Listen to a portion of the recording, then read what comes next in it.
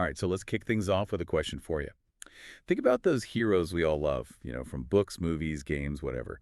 You ever notice how that thing that makes them so awesome can also kind of be what brings them down? Oh, totally. Like, the super brave warrior, so fearless they end up being reckless, right? Or the detective, crazy smart, but overthinks everything. It's a classic. Exactly. And that's what we're diving into today, that whole idea of strength turning into weakness, but in the world of D&D. Specifically, how to nail that balance between traits and flaws when you're making a character. Yeah, because you want a character that feels real, someone you can relate to, right? And someone ready for adventure, of course. We're actually pulling some ideas from this cool article by Paul Bellow on, LitRPG Reads. Okay, so before we go full-on D&D theory, let's break it down. When you hear character traits, what pops into your head? Like, what are those things that give a character their personality? What makes them tick? So basically, traits are the good stuff. The positive things, quirks, values, even those little habits that make a character stand out. Right, right. It's like, think of it as the highlights on their character portrait. What gives them shape, makes them different from everyone else. I like that. The highlights. Yeah. So, like, maybe they're super optimistic, always seeing the best in people, even the bad guys. Or they're loyal, like ride or die for their friends, even if it means getting into some crazy situation. Oh, and the article has some really neat examples too. Like maybe your character collects, I don't know, rare bugs. Or they have this whole ritual before a fight, like how they prep their weapons. It's those little things, Yeah, right? the details. And those details, even if they seem small, they totally change how that character interacts with everything, with the world, with the other players. Makes sense. And remember, those traits, they're not just for looks. They're driving the whole show. Like, why that character does what they do, what motivates them, their whole story. So like how they handle challenges, how they solve problems, Yeah. it all goes back to those traits. Exactly. It all ties together. Okay, so we got the bright colors, the highlights, but you need the darker shades too. Yeah. The shadows that give it depth. Hmm. That's where the flaws come in. You got it. Flaws are kind of the opposite of traits. It's the weaknesses, the insecurities, maybe even some stuff from their past, things that make them feel more real, less perfect. Yeah, It could be like a physical thing, they're not so strong or fast, or maybe they're carrying some emotional baggage, or they struggle with like making the right moral choices. no, we got to be clear here, right? Yeah. Having flaws, it's not like a bad thing. It's Yeah. more like it's what makes them interesting. It's where the good stories come from. Totally. Like, think about it. A character who's scared of heights, that could make for a super tense moment when the party's got to climb a cliff or cross a rope bridge. Oh, for sure. Or maybe they're too trusting. That could be a problem if they meet a tricky villain, right? Could lead to some crazy twists. See, those are the moments we remember. It's those little imperfections, those times they're vulnerable. That's what makes them feel like, well, human, like someone we can actually root for. And the article really hits on this.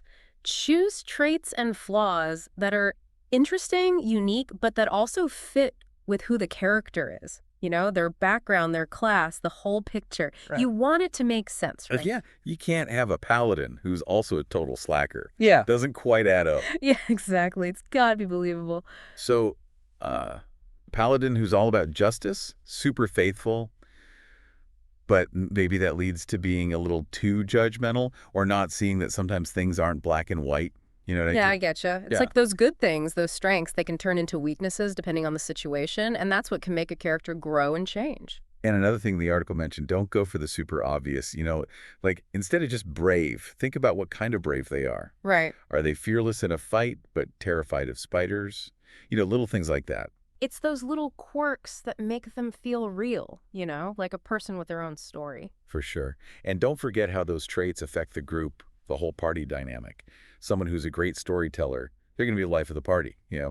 Keep everyone entertained around the campfire. Or Yeah. someone who can talk their way out of anything, they're going to be a lifesaver in those sticky situations. Totally. It all adds to the fun. Yeah, it's like you're putting a puzzle together. You got to find those right pieces, those traits and flaws, and they all got to fit to make that awesome, interesting character. And just like those traits make the character, come alive, the flaws add something too. Like they make things exciting. You get those moments where they're vulnerable or even funny. It's what makes a campaign really stick with you. Oh, absolutely. Actually, this reminds me of a game I was in. It shows how a good flaw can make the story so much better. So I was playing this half-orc barbarian, Grog, strong warrior, heart of gold, the whole Oh, deal. it's classic. But he had this secret, kind of embarrassing thing. He couldn't read. Oh, wow. Okay, so how'd that play out? Especially for a barbarian, all about strength and fighting. Well, it came from his background. He grew up in this tribe where all that mattered was being tough, good in a fight. Learning stuff from books, that was seen as useless, even weak. So Grog could take down an enemy no problem, but give him a note or a treasure map. Forget it. That's a cool twist. It doesn't make him less tough, but it definitely adds something. Makes him seem more human. Right. And it led to some fun role-playing moments, like the party finds a scroll or some message and everyone's looking at Grog to figure it out. And he's trying to fake it, pretend he understands, which always got a laugh from the other players. I bet. Must have been a little frustrating, too, for the other characters. Like, come on, Grog, we need you to read this. Oh yeah, for sure. It made everyone work together more, rely on each other's skills to get past that obstacle, which is kind of the point, right? Yeah, totally. You can't just smash your way through every problem.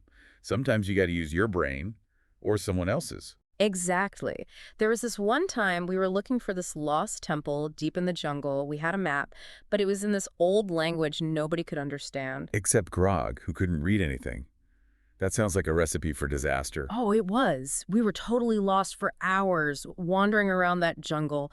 Grog kept saying he could, like, sense the way to the temple, but we just kept going in circles. Finally, we met these natives, friendly ones, luckily, and one of our party members knew a little bit of their language. Phew. So, Grog being illiterate actually forced the party to find another way, right? They had to get creative. Yeah, it was pretty cool. The linguists talked to the natives and they agreed to lead us to the temple. But of course, there's a catch. They wanted us to bring them these rare herbs, the kind that only grow in the deepest parts of the jungle. And guess who volunteered to go find them? Grog, of course. Yeah. Got to prove himself right. Yep, so there he goes, all alone, fighting off who knows what in that jungle. And he's got to rely on his instincts, his gut feeling, since he can't read any signs or directions. It's like his flaw made him use his other strengths, Yeah. his toughness, his knowledge of nature. Exactly. And it made his character even cooler, more layered. He couldn't read, sure, but he wasn't dumb. He was smart in his own way. And that whole thing, it made us laugh, brought us closer as a team, and even helped Grog grow as a character. It shows you that a flaw doesn't have to be a bad thing. It can make the game more interesting, more challenging in a good way. Right.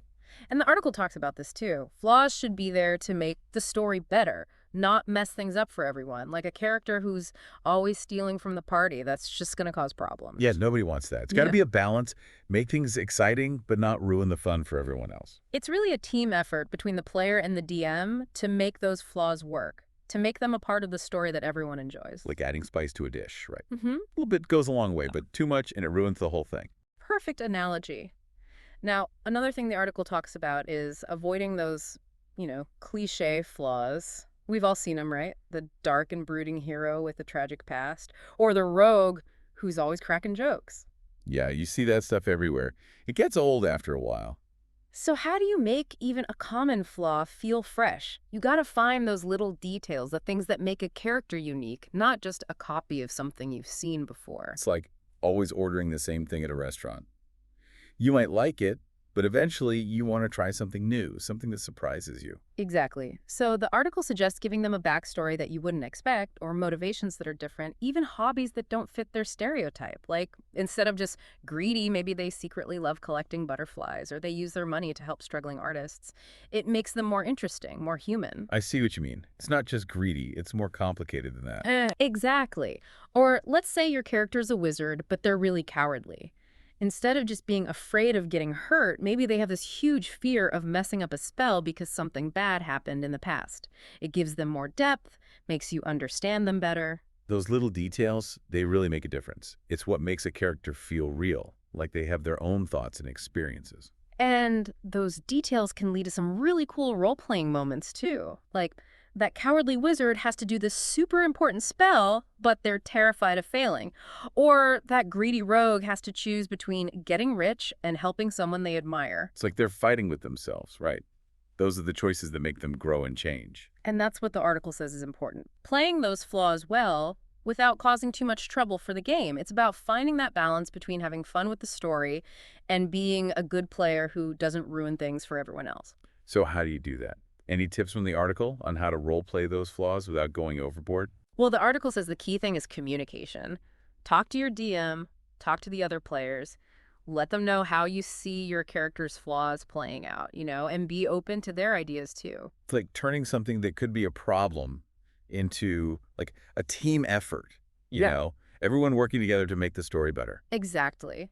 And instead of thinking of flaws as like roadblocks, think of them as opportunities. Use them to create those cool moments, those tense situations, or even some funny stuff. Like, picture that cowardly wizard. Right? Right. They got to cast this super important spell, but they're standing on a tiny ledge, scared to death of falling. Oh man, that's perfect. The other players can jump in, try to help, or maybe just poke a little fun at them. And remember, those flaws, they're not set in stone. Characters can grow, they can change. Maybe that hot-headed barbarian learns to chill out.